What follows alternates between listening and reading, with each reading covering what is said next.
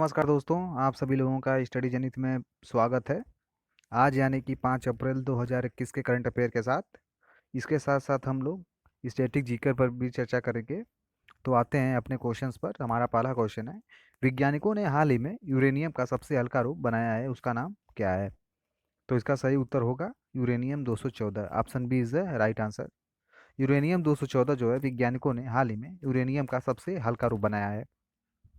इसकी खोज जो है एक अल्फा कण के बारे में अधिक जानकारी देती है। और अल्फा कण वे कण होते हैं जो रेडियोधर्मी तत्वों से अलग हो जाते हैं, जैसे उनका क्षय होता है। और आर्गन की एक बीम को गैस से भरे रिकाइल सेपरेटर के अंदर टंगस्टन पर प्रक्षेपित किया गया। और इसके बाद शोधकर्ताओं ने यूरेनियम 214 के लिए एक लेजर बीम के माध्यम से सामग्री में प्रोटॉन और न्यूट्रॉन जोड़ दिए। तो इस प्रोसेस से जो है यूरेनियम 214, जो कि सबसे हल्का यूरेनियम का एक एसीटोप बनाया गया वैज्ञानिकों द्वारा। तो आते हैं नेक्स्ट क्वेश्चन पर। हमारा नेक्स्ट क्वेश्चन है, इंडियन प्रीमियर लीग का चौथे संस्करण को निलंबित कर दिया गया है। तो हाल ही में इंडियन प्रीमियर लीग के 14वें संस्करण को निलंबित कर दिया गया है। ऑप्शन सी जो है राइट आंसर है। तो ये क्यों किया गया है क्योंकि हाल ही में इंडियन प्रीमियर लीग का 14वां संस्करण जो है कोविड-19 के चलते निलंबित किया गया है। इसमें पिछले कुछ दिनों में कई टीमों के खिलाड़ी और सपोर्ट स्टाफ के सदस्य कोविड-19 से संक्रमित पाए गए थे, जिसके चलते आईपीएल के मौजूदा संस्करण को फिलहाल स्थगित कर दिया गया है। आते हैं नेक्स्ट क्वेश्चन पर। नेक्स्ट क्वेश्चन है, गोप बंधु संबंधिका स्वास्थ्य बीमा योजना किस राज्य से संबंधित है? तो इसका सही उत्तर होगा Orissa. Option B is the right answer. यह एक स्वास्थ्य बीमा योजना है जो उड़ीसा सरकार द्वारा पत्रकारों के लिए शुरू की गई थी। और यह योजना जो है राज्य के सभी कार्यरत पत्रकारों को 2 लाख रुपए का स्वास्थ्य बीमा कवर प्रदान करता है। इस योजना का नाम जो है गोप बंधु दास के नाम पर रखा गया था। उन्होंने सत्यवादी नाम का एक पत्रिका भी शुरू की थी और देश में उन्होंने बहुत योगदान दिया था। एक लोकप्रिय सुधारक, सामाजिक कार्यकर्ता, पत्रकार, राजनीतिक कार्यकर्ता, निबंधकार के रूप में। तो आते हैं उड़ीसा के मैप पे। तो देख लेते हैं उड़ीसा को। ये उड़ीसा है। उड़ीसा की राजधानी भुवनेश्वर है। और उड़ीसा के जो मुख्यमंत्री हैं नवीन पटनायक हैं। उड़ीसा के मुख्यमंत्री नवीन पटनायक हैं। और उड़ीसा के गवर्नर जो हैं गणेशी लाल हैं। उड़ीसा के गवर्नर गणेशी लाल।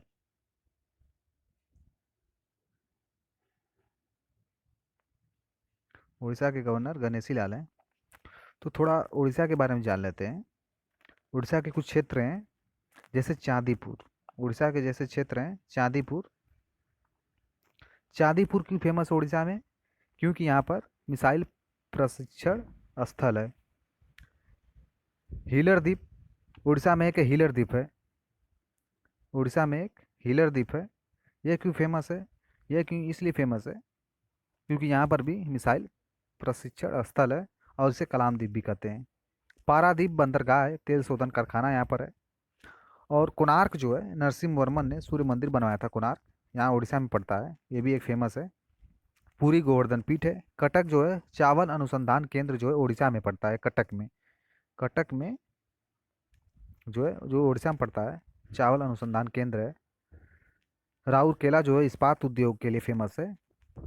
और जो है संबलपुर, यहाँ हीराकुंड बांध है जो सबसे लंबा 4.8 किलोमीटर है। हीराकुंड बांध 4.8 किलोमीटर है।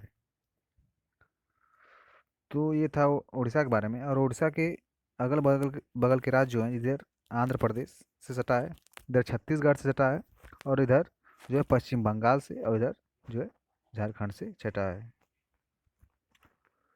तो आते हैं नेक्स्ट क्वेश्चन पर। हमारा नेक्स्ट क्वेश्चन है, अंतर्राष्ट्रीय अग्निशामक दिवस, अंतर्राष्ट्रीय अग्निशमन दिवस कब मनाया जाता है? तो इसका सही उत्तर होगा 4 मई। Option B is the right answer. 4 मई को अंतर्राष्ट्रीय अग्निशामक दिवस या अंतर्राष्ट्रीय अग्निशमन दिवस मनाया जाता है।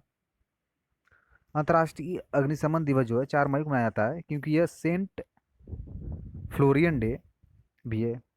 सेंट फ्लोरियन रोमन बटालियन के कमांडिंग फायर फाइटर में से एक था। उन्होंने कई लोगों की जान बचाई और उन्होंने अग्निशामकों का संरक्षक संत माना जाता है। उन्होंने प्राचीन रोम में एक पूरा जलता हुआ गांव बचा लिया था। तो उन्हीं की याद में जो है अग्निशामक दिवस 4 मई को मनाया जाता है। तो आते हैं नेक्स्ट क्वेश्चन पर। हमारा नेक्स्ट क्वेश्चन है, विश्व अस्थमा दिवस कब मनाया जाता है? तो इसका सही उत्तर होगा मई के पहले मंगलवार को। Option B is the right answer. विश्व अस्थमा दिवस जो है मई के पहले मंगलवार को मनाया जाता है हर साल। यह जो है वर्तमान में वायु प्रदूषण को देखते हुए अस्थमा के रोगियों की संख्या दिनों दिन बढ़ती जा रही है। इस बीमारी से छोटे बच्चों से लेकर वयोवृद्ध जन तक प्रभावित हो रहे हैं। अस्थमा विरोध की जागरूकता एवं शिक्षा हेतु इस दिन को संपूर्ण विश्व में मनाया जाता है। तो 4 मई को अस्थमा जागरूकता दिवस मनाया जाता है, जो जो हर साल मई के पहले मंगलवार को मनाया जाता है। अब की बार जो 4 मई को पड़ा है। तो नेक्स्ट क्वेश्चन है, कहाँ की 6 युवा लड़कियों द्वारा विकसित किया गया बायोडिग्रेडेबल मैट झीलों को जलकुंभी के प्रकोप से बचाई जा सकती है उन्हें? तो इसका सही उत्तर होगा Assam. Option A is the right answer. तो ये लड़कियां जो हैं मछुआरे समुदाय की हैं, जो गुवाहाटी शहर के दक्षिण पश्चिम में एक स्थायी मीठे पानी की झील दीपोर झील जिसे कहते हैं, जो रामसार स्थल अंतर्राष्ट्रीय महत्व की एक दलदली भूमि है और एक पक्षी वन्य जीव अभ्यारण्य के नाम से विख्यात है, के बाहरी हिस्से में रहती हैं।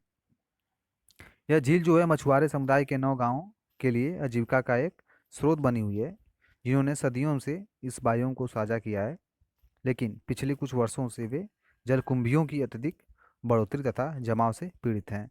तो इन 6 लड़कियों ने ऐसा जो है 6 लड़कियों ने विकसित किया है बायोडिग्रेडेबल मैट, जो कुंभियों से प्रकोप से बचा सकता है। तो असम के मछुआरे जो हैं समुदाय की 6 युवा लड़कियों द्वारा यह विकसित बायोडिग्रेडेबल तथा कंपोस्टेबल मैट, जो मिट्टी में जल्दी डिग्रेड हो जाता है, नष्ट हो जाता है, इस जलीय पौधे को समस्या से संपदा में बदल सकती है। तो ये बहुत फ़ायदेमंद हो सकता है बायोडिग्रेडेबल या कंपोस्ट मैट। तो आते हैं असम के बारे में। असम की जो राजधानी है डिसपुर है। असम की राजधानी डिसपुर है और असम के मुख्यमंत्री सर्बानंद सोनोवाल हैं।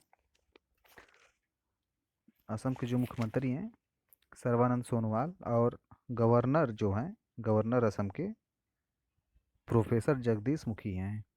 प्रोफेसर जगदीश मुखी जो हैं असम के गवर्नर हैं।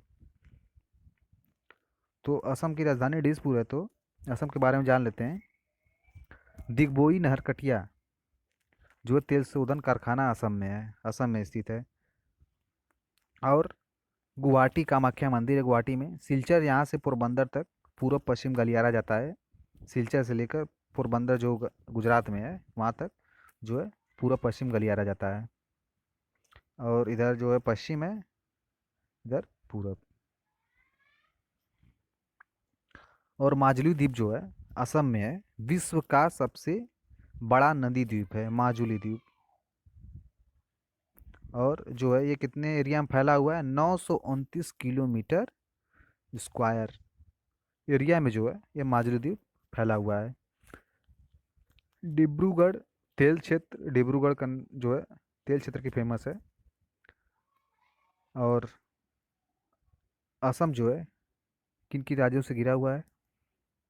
इधर मेघालय से घिरा है, इधर जो है नागालैंड से है, और इधर अरुणाचल प्रदेश से है, और इधर इंटरनेशनल बाउंड्री जो है भूटान से बनाता है, और नीचे की तरफ मणिपुर से घिरा है, और मिजोरम त्रिपुरा से ये बाउंड्री बनाता है, और बांग्लादेश से अपनी बाउंड्री को साझा करता है। तो ये था असम के बारे में। तो आते हैं नेक्स्ट क्वेश्चन पर। हमारा नेक्स्ट क्वेश्चन है, एशियाई विकास बैंक की वार्षिक बैठक 2021 के एक भाग के रूप में आयोजित गवर्नर संगोष्ठी में किसने भाग लिया? तो इसका सही उत्तर होगा मंत्री, वित्त मंत्री। वित्त मंत्री निर्मला सीतारमण जी ने हाल ही में एशियाई विकास बैंक की वार्षिक बैठक 2021 के एक भाग के रूप में आयोजित गवर्नर संगोष्ठी में भाग लिया। तो एडीबी जो होता है, एशियन डेवलपमेंट बैंक, एशियाई विकास बैंक जो है, इसका मुख्यालय जो है मंडलयुंग फिलीपींस में है। एडीबी का मुख्यालय जो है फिलीपींस में है। और स्थापना जो है 1966 में की गई थी। इसकी स्थापना 1966 में की गई थी। और इसका मकसद जो आर्थिक विकास करना है। अध्यक्ष जो है मासासुगु असाकावा हैं, इसके अध्यक्ष हैं। तो ये था एडीबी के बारे में। तो जान लेते हैं चर्चा में क्यों था, क्योंकि हाल ही में केंद्रीय वित्त मंत्री जो है वो एशियाई विकास बैंक की भारत की गवर्नर श्रीमती निर्मला सीतारमण ने आज यहाँ लचीले भविष्य के लिए सहयोग विषय पर गवर्नरों की संगोष्ठी में भाग लिया, जिसका आयोजन एशियाई विकास बैंक की वार्षिक बैठक 2021 के हिस्से के रूप में किया गया था। संगोष्ठी में भाग लेने वाले अन्य देश जैसे जापान, जॉर्जिया, चीन, फिलीपींस एवं नीदरलैंड्स थे। इस आभासी संगोष्ठी में एशियाई विकास बैंक के 68 सदस्य देशों ने भाग लिया। तो आते हैं नेक्स्ट क्वेश्चन पर। हमारा नेक्स्ट क्वेश्चन है, जम्मू कश्मीर के उपराज्यपाल द्वारा पहली बार किस अनुच्छेद का उपयोग करते हुए एक सरकारी कर्मचारी को बर्खास्त किया गया है? तो इसका सही उत्तर होगा अनुच्छेद 311। अनुच्छेद 311 का उपयोग करते हुए जम्मू कश्मीर के राज्य उपराज्यपाल द्वारा पहली बार किसी एक कर्मचारी को बर्खास्त किया गया है। तो इसके बारे में जान लेते हैं। भारतीय संविधान के अनुच्छेद 311 के तहत संघ या राज्य के अधीन कार्यरत सरकारी कर्मचारियों को उनके पद से बर्खास्त करने, हटाने अथवा रैंक कम करने से संबंधित प्रावधान शामिल हैं। हालांकि ऐसा केवल उपयुक्त जांच के बाद ही किया जाता है। तो आज का करंट अफेयर समाप्त हुआ। तो मिलते हैं हम अगले करंट अफेयर में। और धन्यवाद आप सभी लोगों को हमारे साथ बने रहने के लिए। Thank you.